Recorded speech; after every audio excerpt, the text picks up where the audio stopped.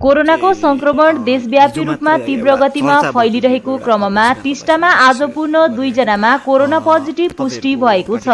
यसरी 2 जनामा corona positive पाइएपछि Kalimpong नगरपालिकाद्वारा Teesta हाटघर साथै corona संक्रमितको घर परिसरमा सेनिटाइज गरिएको छ। एजेन्डा गोर्खाल्यान्डमा बस्छौँ हामी भने हामी यसको लागि त्रिपक्षीय बैठकको लागि तयारी छौँ भनेर जुन प्रकारको केशवराज पोखरेलको वक्तव्य आएको थियो त्यसमा रोशन गिरीको वक्तव्य पनि आइरहेको थियो है। एउटा वक्तव्य त नभनौँ त्यसलाई एउटा प्रेस स्टेटमेन्ट आएको छ। यसलाई कसरी के भन्न चाहनुहुन्छ? हेर्नुहोस्, गोर्खा जातिको सपना र 86 सालदेखि अहिलेसम्म मर्ने सम्पूर्ण गोर्खे शहीदहरूलाई म हृदयबाट नमन गर्छु है। भोलि शहीद दिवस। यसपालि कोरोना भाइरसको कारणले हामीले वृहत रूपले गोर्खा जनमुक्ति मोर्चा विनय खेमाले मनाउन सकेनौँ। सरकारको नियम पालन गर्नु हुनाले हामीले एउटा साधारण रूपमा मनाउँदैछौँ, तर हामीले शहीदको सपनालाई भुलेको छैनौँ अनि हामी त्यो विषयमा काम पनि गर्न सक्छौँ। हाम्रो उद्देश्य र लक्ष्य गोर्खाल्यान्ड हो। हाम्रो अध्यक्ष महासचिव लगायत हामी सम्पूर्ण गोर्खा जनमुक्ति मोर्चा विनय खेमाको एउटै सपना हो, एउटै लक्ष्य हो गोर्खाल्यान्ड। र दिने केन्द्र सरकार हो। बङ्गालका मुख्यमन्त्रीले सिधा भनेका छन्, यदि केन्द्रले दिन्छ भने मेरो कुनै आपत्ति छैन भनेर उहाँले खुलस्त भनिदिनु भएको छ। हेर्नुहोस्, तर दिने मान्छेको नियतमा खोट छ। हेर्नुहोस्, हाम्रो माग्ने नेताले पनि गोर्खाल्यान्ड भएन भने म टाउकोमा निधारमा गोली ठोकेर मर्छु भनेर भने, दिनेले दिएन पनि गोली पनि ठोकिएन। कसैको निधारमा नठोकियोस् पनि है। हाम्रो गोर्खे सन्तान एकजनाको नोक्सान नहोस् पनि भन्न चाहन्छु म है, कोही पनि नघटोस्। तर दिने मान्छेको नियत ठिक छैन, किनभने 2014मा पनि पूर्ण बहुमतले केन्द्रमा बिजेपी सरकार गठन भयो। हामीले भोट लगाएर जिताएको एमपी केन्द्र सरकारको मिनिस्टरसम्म हुनुभयो। हेर्नुहोस्, गोर्खाल्यान्डको मुद्दा एक कदम पनि अगाडि बढेन। अहिले फेरि यसपालि 2019मा फेरि टाढोको भए पनि एकजना नेपालीलाई नै ल्याएर एउटा एमपी बनाइयो दार्जिलिङबाट है। र उहाँले पनि गोर्खाल्यान्डको बिल नल्याएर, गोर्खाल्यान्ड शब्दको कुरा नगरेर खालि पत्रचार गर्ने, मिटिङ राख्ने, कुनै के भन्ने कुरा मात्र अल्मलाइरहेछ। अनि माग्ने व्यक्तिको हेर्नुहोस्, मैले विमल गुरुङलाई पहिला पनि भनेको थिएँ, हामी 1 पोइन्ट एजेन्डामा जाउँ। हामी माग्नुपर्छ नि गोर्खाल्यान्ड मात्रै मागौँ भन्दाखेरि गोर्खाल्यान्ड पनि माग्ने, 11 जातिले जनजाति पनि पाउनुपर्छ भन्ने, केन्द्र युनिभर्सिटी सेन्ट्रल युनिभर्सिटी पनि हुनुपर्छ भनेर 3टा डिमान्ड थियो। हेर्नुहोस्, तर बिजेपी सरकारले 3टा डिमान्डमा एउटा डिमान्ड पनि फुलफिल गर्ने, एउटा माग पनि हाम्रो पुरा गरेन। हेर्नुहोस्, यदि बिजेपी गभर्मेन्ट सरकार इमान्दार छ भने एउटा त दिन्थ्यो। 11 जनजातिलाई 11 जातिलाई जनजाति बनाउँदैन भनी मान्छु म, तर कमसेकम 2टालाई बनाइदिएको भए त हुन्थ्यो। लिम्बूले पाउँदा राईले किन पाएन? तामाङले पाउँदा गुरुङले किन पाएन? हामीसँग पछाडिएको थामी जाति छन्, मगर जाति छन्, अन्य सबै थुप्रो सबै पछाडिएको हौँ हामी सबै गोर्खे सम्पूर्ण पछाडिएको हौँ। र मेरो माग चाहिँ के छ भने सम्पूर्ण गोर्खे जातिलाई 11 जनजातिको मान्यता दिनुपर्छ। तर हेर्नुहोस्, हिजो अस्ति पनि एउटा स्टेटमेन्ट देखेँ, हाम्रो विनोद सुन्दास, डाक्टर विनोद सुन्दास अनि साथी निमा तामाङ गएर होम मिनिस्टरलाई भेटेर पत्रचार गर्नुपर्छ अनि गोर्खाल्यान्डको निम्ति हामी वार्ता गर्छौँ 15 दिनभित्र। यस्तो वार्ता त पहिला पनि एउटा कुरा खबर आएको थियो 2017मा पनि। अनि त्यहाँ मुन्लोपट्टि लेखिएको छ, गएर भेट्यौँ र उहाँले गम्भीरतापूर्वक यसमै सोच्नुहुनेछ भनेर।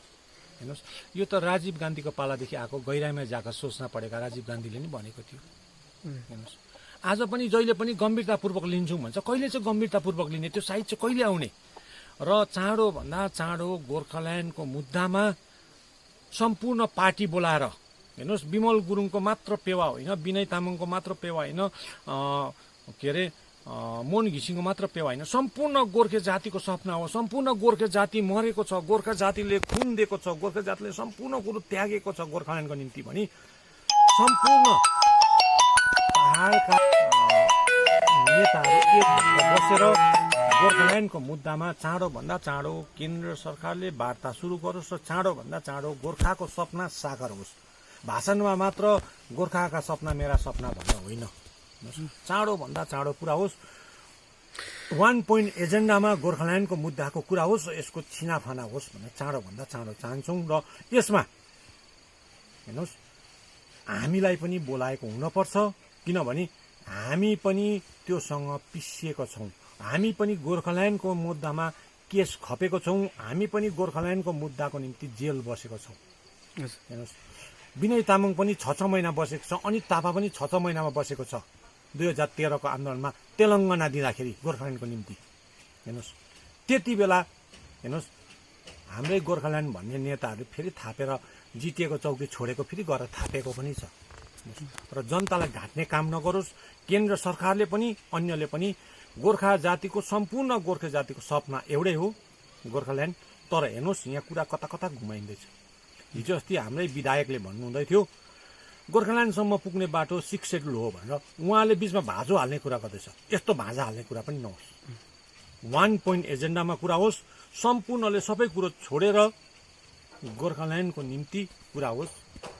यदि केन्द्र सरकार दिन्छ भने, बङ्गाल सरकारले पनि एनओसी दिएको छ, हामी खुसी साथ स्वीकार गर्छौँ। गोर्खाल्यान्डको माग जन्मसिद्ध अधिकार हो र गोर्खाको सपना हो। गोर्खाले हरेक कुरो गोर्खाल्यान्डको निम्ति गुमाएको छ, अब गुमाउन चाहँदैन। त्रिपक्षीय बैठकको कुरा लिएर आइरहेको छ नि, कस्तो? यो त हेर्नुहोस्, 2021 को आन्दोलनको निम्ति यो एउटा हामीलाई फेरि ललिपप दिने कुरा मात्र हो। किन अहिले नै यो गोर्खाल्यान्डको कुरा हुन्थ्यो? योभन्दा अगाडि किन भएन? हेर्नुहोस्, जब राजु विष्टले भोट जितेर गयो, केन्द्रमा सरकार बनियो, दोस्रो पल्ट नरेन्द्र मोदीको सरकार बन्यो, त्यति बेला किन कुरा निक्लेन? हेर्नुहोस्, जब भोट आउँछ तब गोर्खाल्यान्डको कुरा हुन्छ। अनि हाम्रो विधायकले हिजो अस्ति भन्नुभयो हामीले गोर्खाल्यान्ड भन्नु भने त भोटै जित्दिउँ, भोट जित्नुको लागि गोर्खाल्यान्ड भन्नुपर्छ भन्नुहोस्। हेर्नुहोस्, यस्तो ढाँट्ने काम नहोस्। सच्चा हृदयले नेताहरूले काम गरिदियोस्। गोर्खाल्यान्डको निम्ति यदि मैले मेरो खुन दिनुपर्छ, प्राण दिनुपर्छ भने पनि म पनि दिएको हुन्छु, विनय तामाङले पनि दिएको हुन्छ, अनित थापाले पनि दिएको हुनुपर्छ। तर दिने मान्छेको नियत ठिक हुनुपर्छ। हाम्रो जन्मसिद्ध अधिकार हो गोर्खाल्यान्ड। र चाँडोभन्दा चाँडो बिजेपी सरकारले, नरेन्द्र मोदीको सरकारले, हाम्रो एमपी र हाम्रो एमएलएले गोर्खाल्यान्डको निम्ति दिलाइदिएको हुनुपर्छ। हेर्नुहोस्, उहाँ जेसुकै होस्, उहाँ मैले जान्दाखेरि अहिले बिजेपीको विधायक हो, बिजेपीको एमएलए हो। र बिजेपीले नै गोर्खाल्यान्ड दिने पनि बिजेपी सरकार नै हो।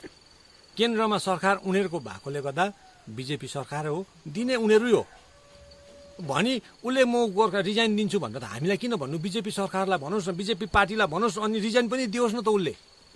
हेर्नुहोस्, निरज जिम्बा जो हाम्रो एमएलए हुनुहुन्छ, उहाँले यो भनेको मात्र हो। एउटा उखान छ नि हाम्रोमा, नदिने आमैले आइतबार बाँड्छिन् भनेको। उहाँले त्यो भनेको मात्र हो। फेरि भोट आउँदैछ र फेरि म हुनुपर्छ भनेर 100% निरज जिम्बा दार्जिलिङको एमएलएले रिजाइन पनि दिँदैन। अनि गोर्खाल्यान्डको निम्ति बिजेपी सरकार, नरेन्द्र मोदी सरकार सिरियस पनि छैन। हामीलाई खालि गोर्खाल्यान्डको मुद्दामा हामीलाई बहकाएर भोट जित्ने मात्रै हो। अनि गोर्खा जाति वीर जाति हो भनेर सिमानामा शत्रुको गोली थपाउने र बक्साभित्र लपेटेर लास पठाउने मात्र हो। हामीलाई खालि यिनीहरूले आफ्नो सम्झेको छैन। हामीलाई खालि उनीहरूले एउटा राजनीति गर्ने भाँडो मात्र सम्झेको छ।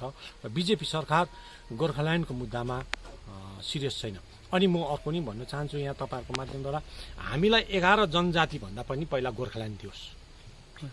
हामीलाई 11 जाति भन्दा ठुलो चाहिँ गोर्खाल्यान्ड हो।